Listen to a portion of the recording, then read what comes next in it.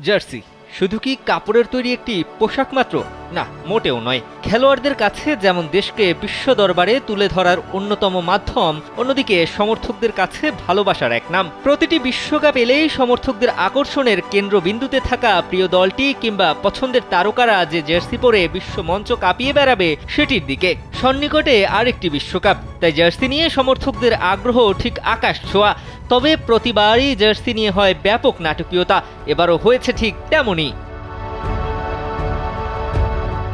Bangladesh cricket board officially jersey উন্মোচন করার আগে সামাজিক যোগাযোগ মাধ্যমে ভাইরাল হয় লাল সবুজের একটি জার্সি। ছবিতে জার্সির কোয়ালিটি ও ডিজাইন দেখে হতাশ হয়েছিল অনেকে। সে বিষয়ে ক্রিকেট বোর্ড কোনো বক্তব্য না দিলেও এবার উন্মোচন করা হলো টাইগারদের অফিসিয়াল জার্সি। তবে মজার বিষয় হচ্ছে যে জার্সিটি কিছুদিন আগে ভাইরাল হয়েছিল সামাজিক যোগাযোগ মাধ্যমে, সেটি টাইগারদের টি-20 বিশ্বকাপের এবারের জার্সি। আর স্বাভাবিকভাবেই ইতিবাচক ও নেতিবাচক মন্তব্যে তাই ভরে গেছে সামাজিক যোগাযোগ মাধ্যম।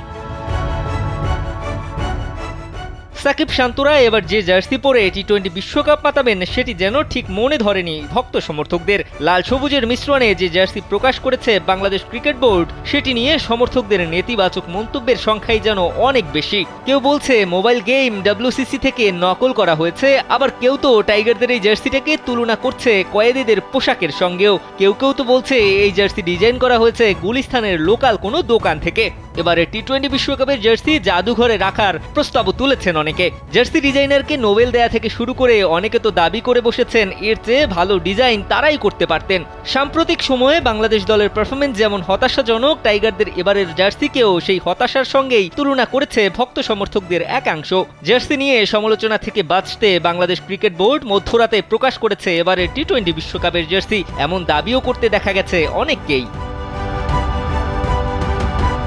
জার্সি নিয়ে এমন সমালোচনা যে এটাই প্রথম তাও কিন্তু নয়। 2019 সালের ওয়ানডে বিশ্বকাপের জার্সিকে তো অনেকেই পাকিস্তানের জার্সির সঙ্গেও তুলনা করতে ছাড়েননি। এরপর বাংলাদেশ ক্রিকেট বোর্ড এক প্রকারে বাধ্যই হয়েছিলেন সেই ডিজাইনে পরিবর্তন আনতে। 2022 টি-20 বিশ্বকাপের জার্সি অনলাইন থেকে নকল করা হয়েছে এমন গুঞ্জন উঠেছিল সামাজিক মাধ্যমে। তাই এই সমালোচনা যে যুগের পর যুগ ধরেই বাংলাদেশ ক্রিকেটে চলবে এটা স্বাভাবিকভাবেই ধরে নেওয়া যায়। তবে এই সকল সমালোচনা থামাতে পারেন শুধুমাত্র শান্ত লিটনরাই। সেটি মুখের কথা দিয়ে নয়, বরং মাঠে নিজেদের ব্যাটে বলের মাধ্যমে সকল জবাব দিতে হবে বাংলাদেশের এই সোনার ছেলেদের। দিবাকর চৌধুরী, কালবেলা।